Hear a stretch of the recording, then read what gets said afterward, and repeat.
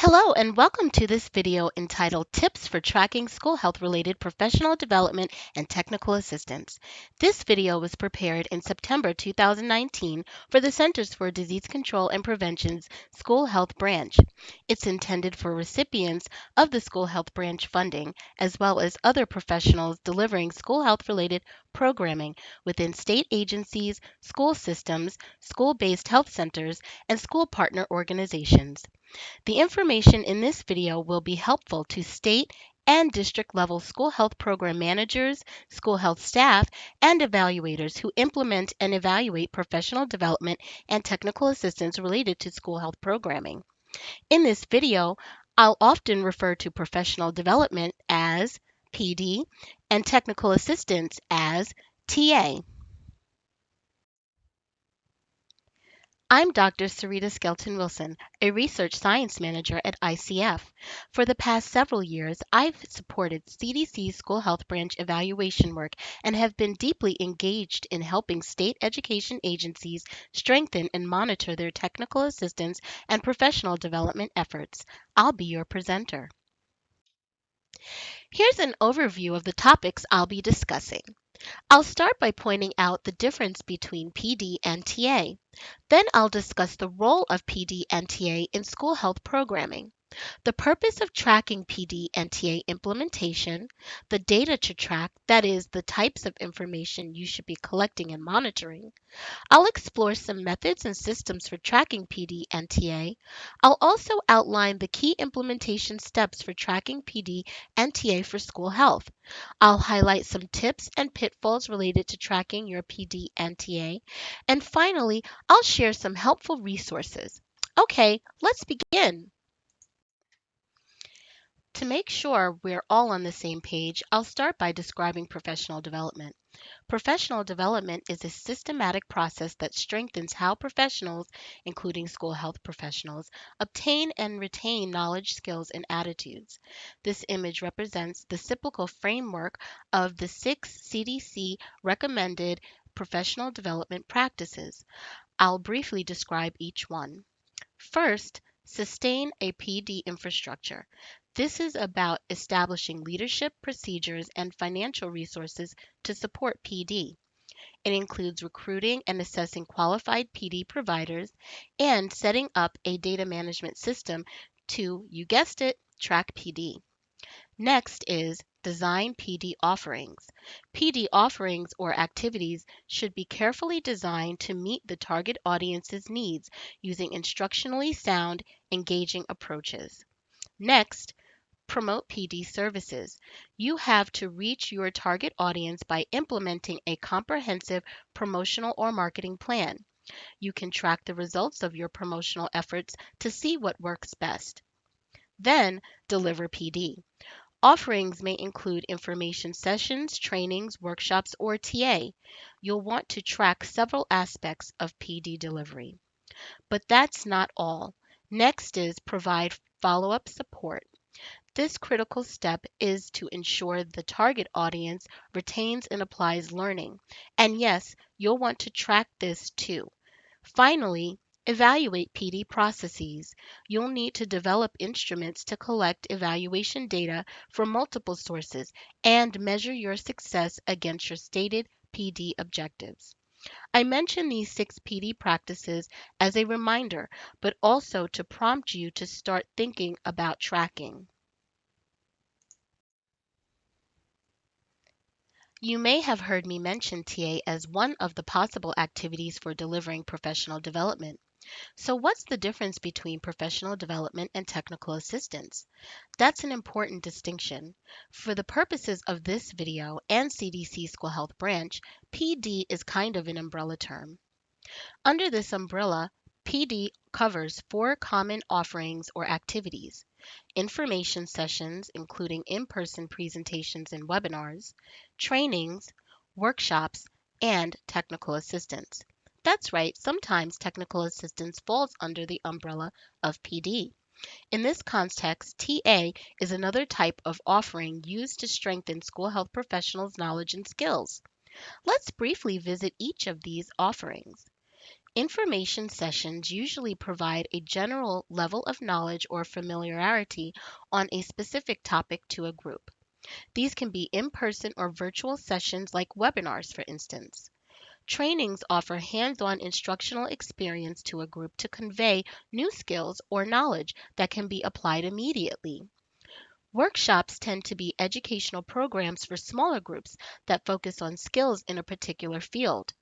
Workshops often require the participant to interact with one another and practice applying the learning. Finally, technical assistance is customized one on one support from a consultant or subject matter expert who is familiar with the recipient organization.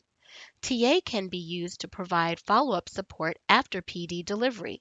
It can be individualized assistance with using a new tool or applying skills from a recent training. TA can be delivered through email, by phone, or web conferencing, or in person through one on one consultation or small group meetings. Lastly, different people can initiate TA, including the funder, project officer, recipients, or the TA provider. We refer to recipient initiated TA as reactive and provider initiated TA as proactive. Technical assistance can also be an independent activity out from under the PD umbrella. TA can be used to troubleshoot a challenge or to build capacity of organizations to implement and evaluate school health programs unrelated to a previous PD offering. For example, intensive TA could be part of an integrated monitoring activity that involves the collection and examination of data to identify and address areas of need and success. What really distinguishes TA from other PD offerings is that TA is targeted, customized support, sometimes called consultation. TA is delivered by a specialized provider, usually a subject matter expert selected for the particular need. TA addresses a unique need or challenge, not something generally covered by other PD activities. The TA provider is familiar with the recipient organization's particular context and circumstances. Knowledge about the organization's culture, history, and current context allows the assistance to be customized, and TA is typically delivered over an extended period of time. It can appear like a coaching process. Independent TA can range from basic to highly intensive. Basic TA might involve providing documentation of evidence based practices or sharing examples of program success to help a local school district develop its school health initiatives. More intensive TA could include a focused series of consultations that results in changes to policies that support increased provision of school health services. Although PD and TA are different, they do share some commonalities when it comes to tracking them. I'll explore that shortly. Before moving on, I want to take a moment to spotlight the core principles for effective technical assistance delivery. TA should be collaborative. The project officer or subject matter expert should work jointly with the organization staff to identify and address priority needs. TA should be systematic. It needs to be part of an intentional infrastructure with logical and reliable implementation. It should be targeted or specifically designed to achieve the greatest change or impact. Targeted TA aims for substantial outcomes. TA should also be adaptive or flexible enough to accommodate changes in the organization or programmatic context and needs. It should be customized to the unique history, context, abilities, and needs of the recipient organization. And lastly, TA should be results driven. Results driven TA identifies measures of success and uses indicators to assess improvement over time. For TA to be most effective, it should adhere to these core principles.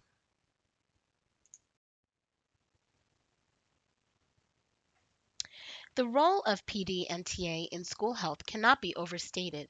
PD and TA equip school health staff to deliver quality health services that improve health outcomes for students. And when policies and practices support healthy school environments, healthy students can grow to be healthy and successful adults. School health related PD and TA reach and are delivered by various levels of our education system, including national education and public health agencies and partners, state education agencies, local education agencies or school districts, and schools. Because schools have direct contact with more than 95% of nation's youth every day, they play a vital role in promoting the health and safety of children and adolescents. At all these levels, PD and TA help schools build their capacity to improve health outcomes for students. Now that we have reviewed what PD and TA are, how they are different, and why they are so important for school health, I'll discuss the purposes for tracking PD and TA. First, tracking enables you to capture important information in a systematic way. You need the data. Tracking TA helps you satisfy reporting requirements tied to your funding. The data is needed to feed into larger evaluations and to assess the performance of PD and TA providers.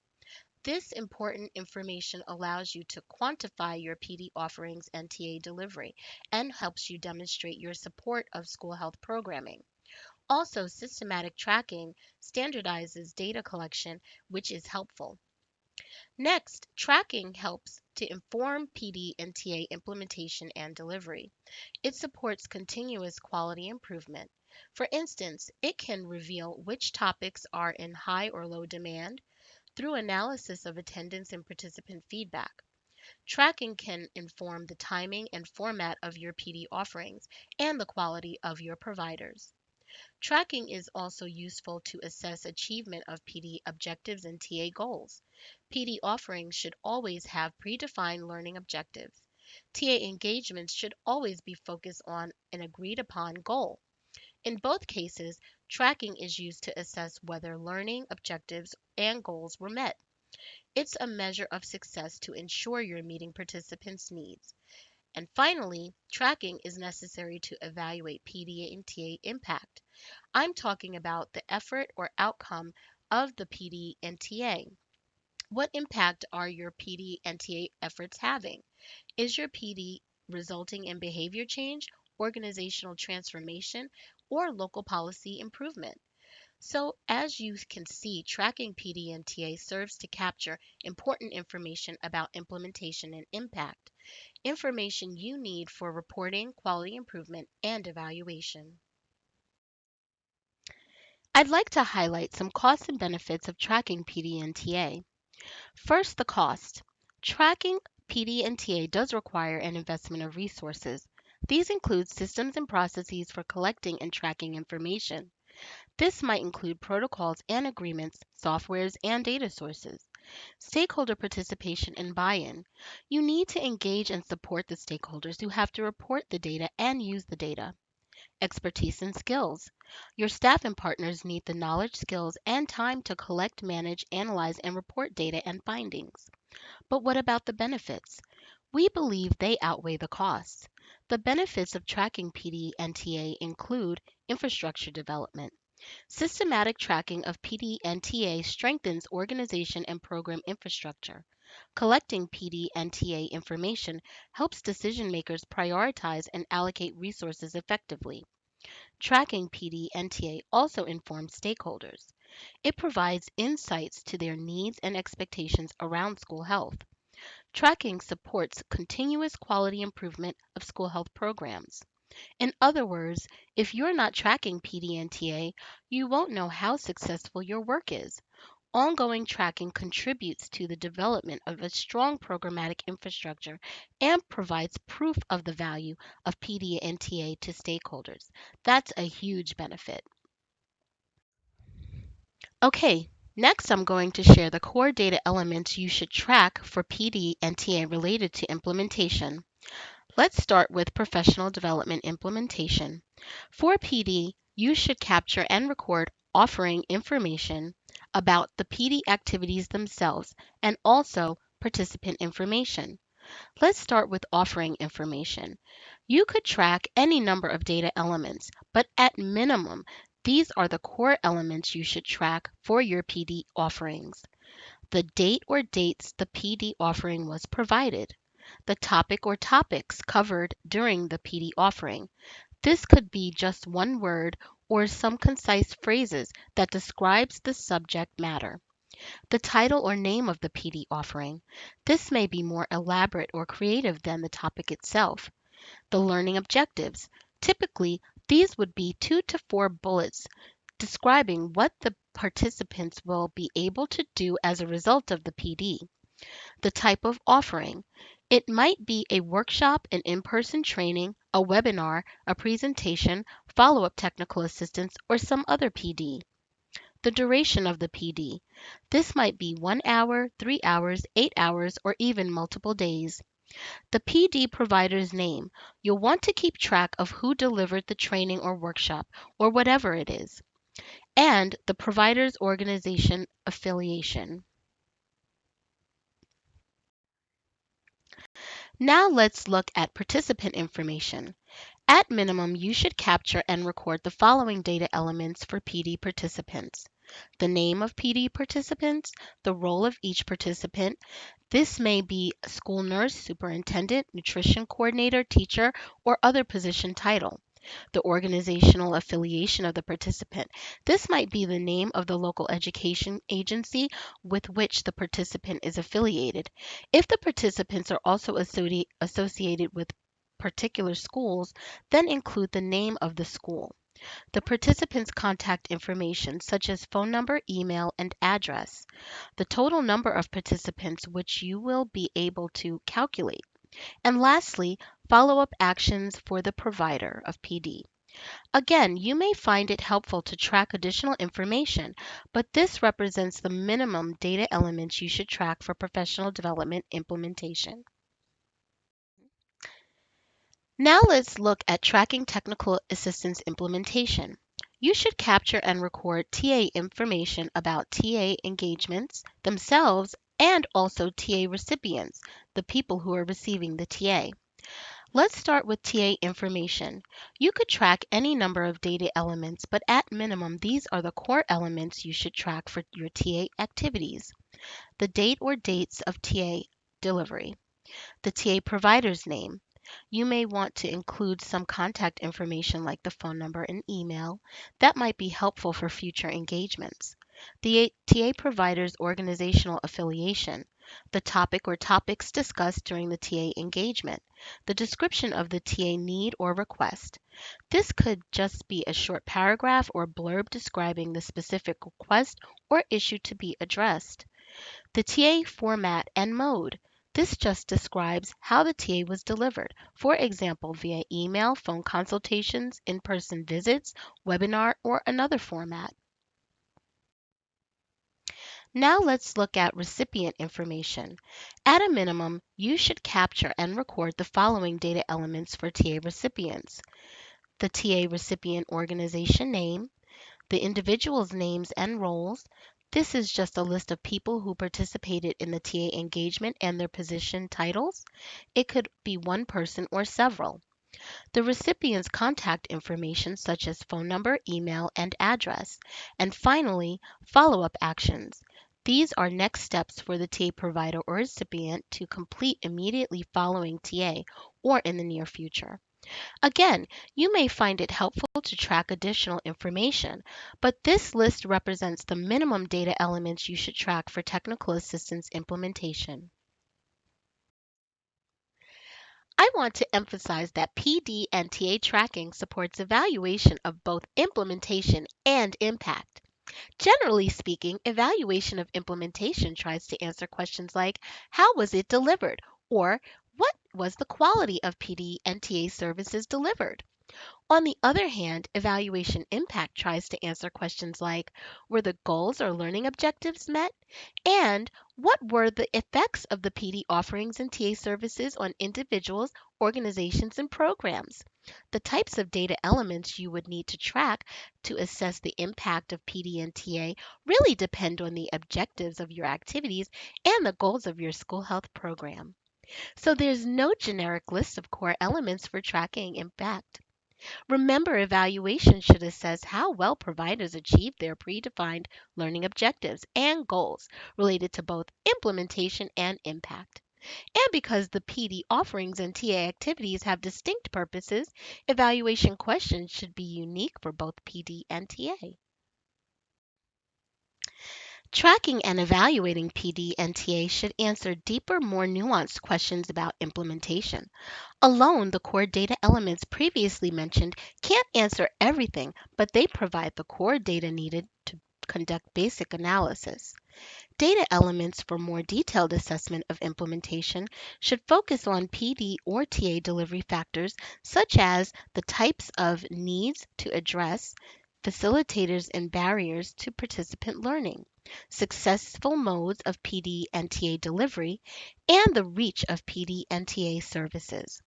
Likewise, assessing impact requires additional, more detailed data collection using tools such as surveys, competency tests, and other methods, which I'll discuss shortly. Data elements for assessing impacts should assess participant level outcomes such as participant reaction, knowledge and skill acquisition, behavior change, and health impacts. Next, I'm going to share different methods and tools for tracking PD and TA using the core data elements as well as other data. You'll need the right tools for capturing the right data. As I've mentioned before, PD and TA are distinct, but when it comes to tracking, they do share some commonalities.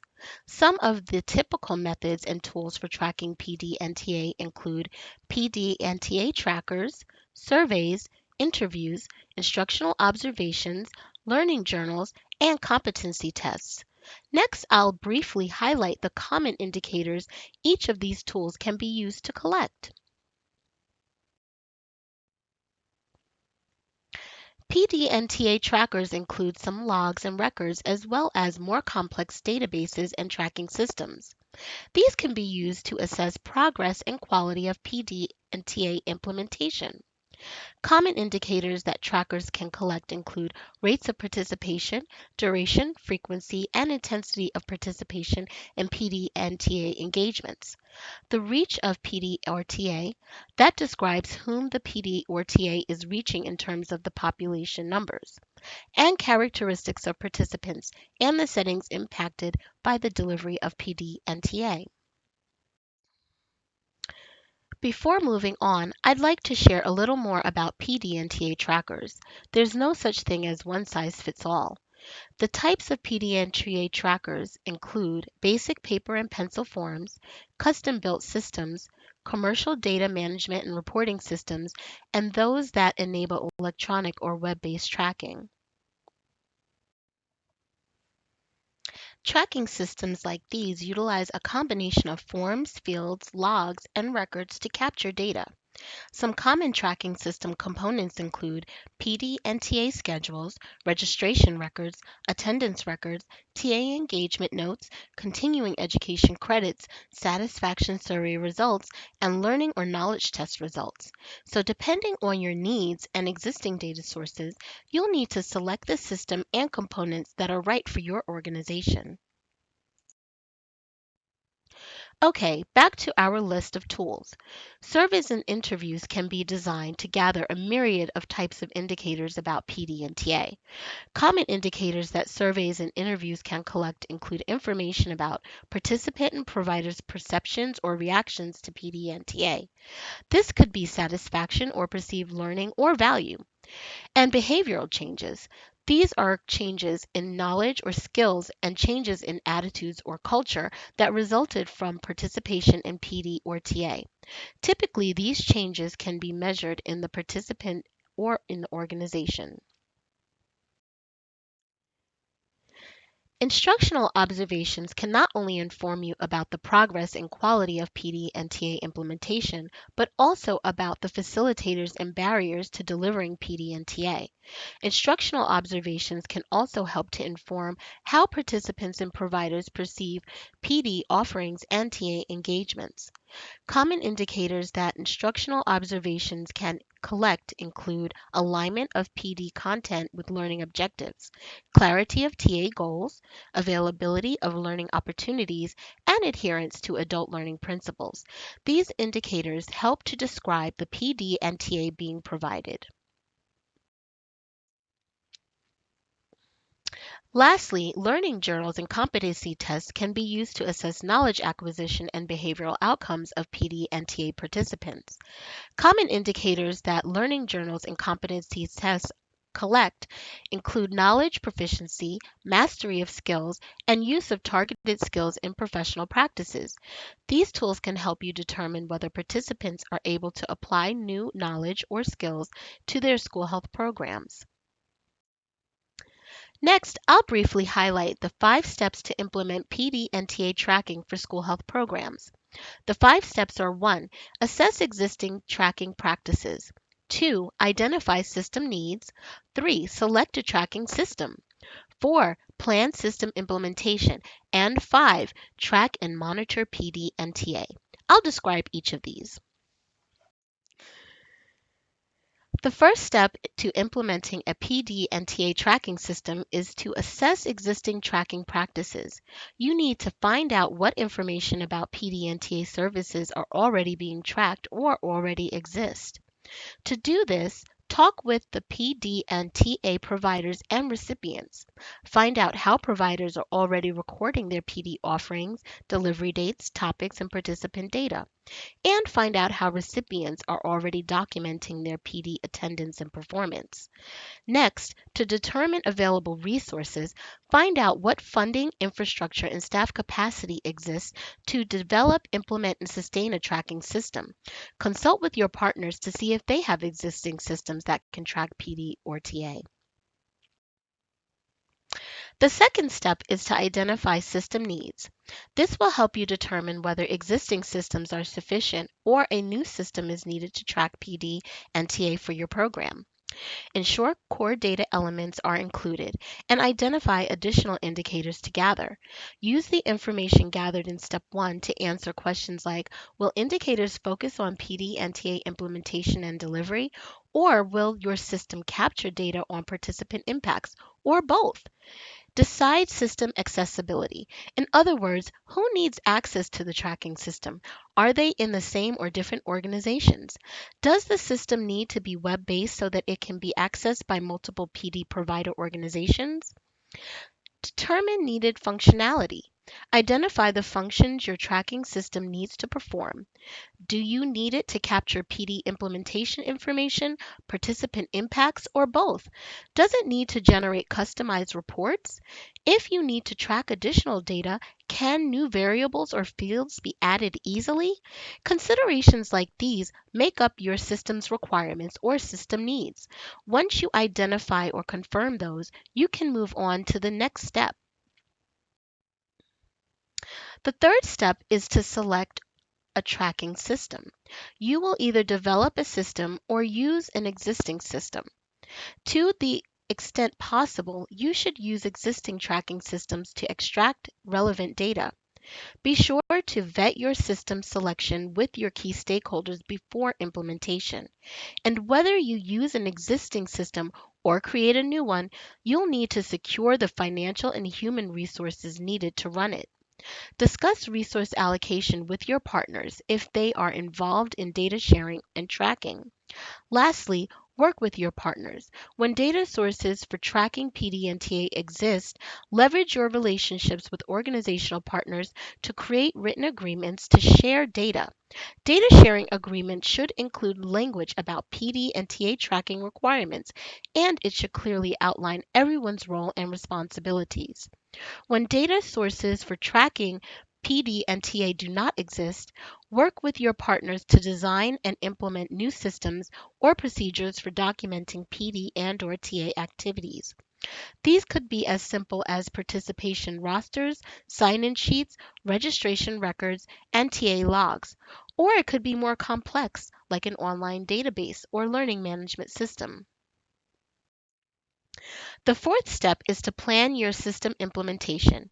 You'll need to create a plan to implement your PD and TA tracking system.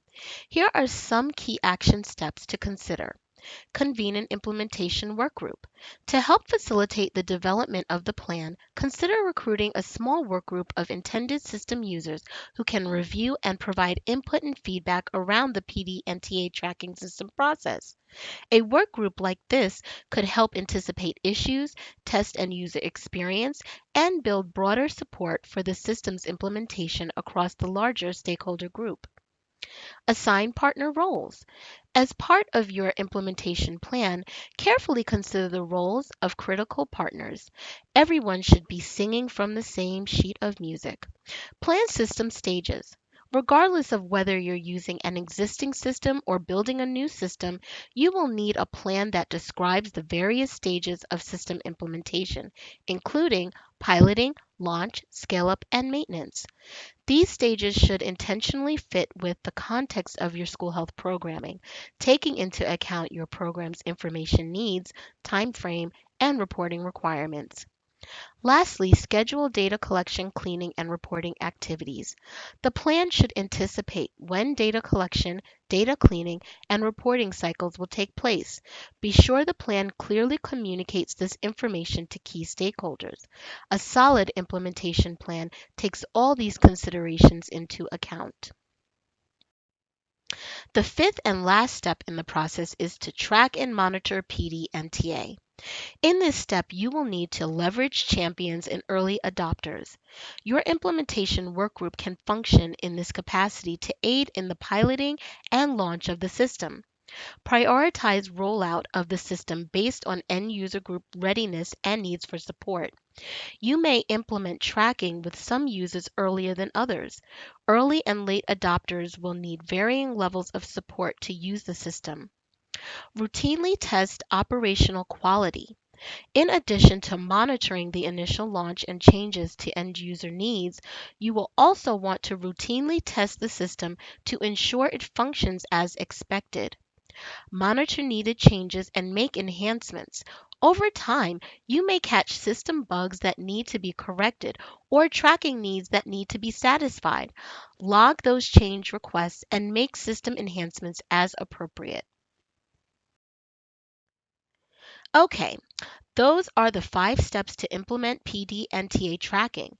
Here they are again, all on one screen. Implementing a PD and TA tracking system requires careful and thorough planning. This brief summary of the basic steps should help you plan your system. Okay, we're almost finished, but before we go, I'd like to highlight some high level tips you should follow and some pitfalls to avoid. I'll start with the tips. Put the data to work. Don't sit on the information. Make it useful for practitioners by giving them easy access to routine and on demand reporting.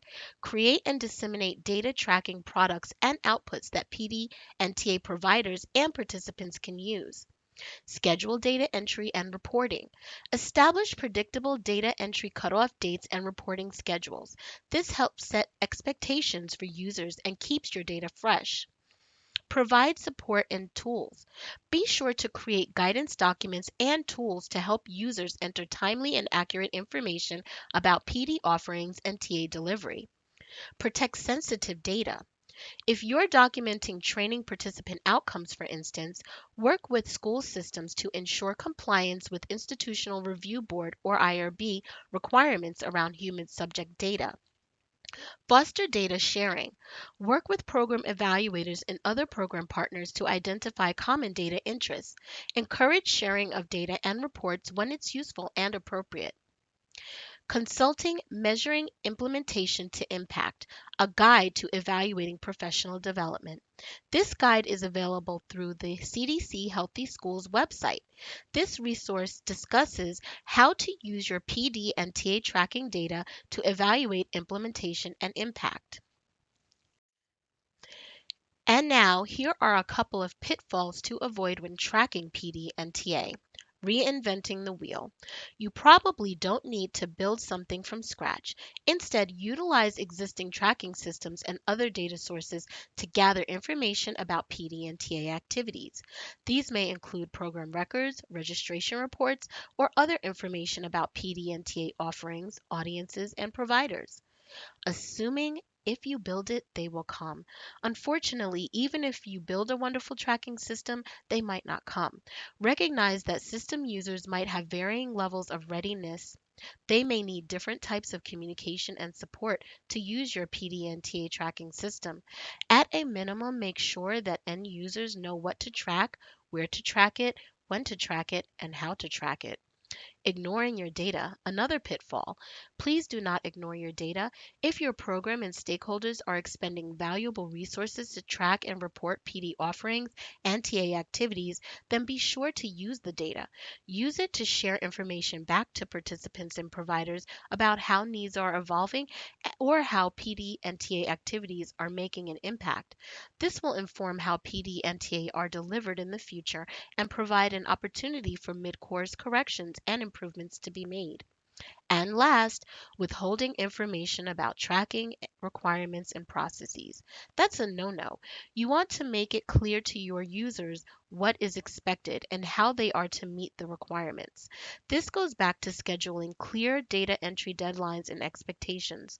Clear communication about tracking requirements and processes helps to produce high-quality data. I'd like to leave you with some helpful resources that you might find useful as you get started. The links I'll share are not clickable in this video and I won't read them to you, but you can pause the video to copy the links down and you can also find them in the transcript. First is a resource I mentioned a moment ago. It's Measuring Implementation to Impact, a guide for evaluating professional development. It's from CDC's Healthy Schools. Next is a practical guide for engaging stakeholders in developing evaluation questions from Robert Wood Johnson Foundation. Then we have the Teacher Professional Development Evaluation Guide from the National Staff Development Council. There's a publication from CDC's Program Performance and Evaluation Office called CDC Approach to Evaluation Indicators. And finally, these two resources from CDC called Analyzing Qualitative Data for Evaluation and Analyzing Quantitative Data for Evaluation, both of which might be helpful. Again, the links aren't clickable here, but you can pause the video to copy them down, and you can also find them in the transcript. Well, that concludes this video. I'll close with one more resource.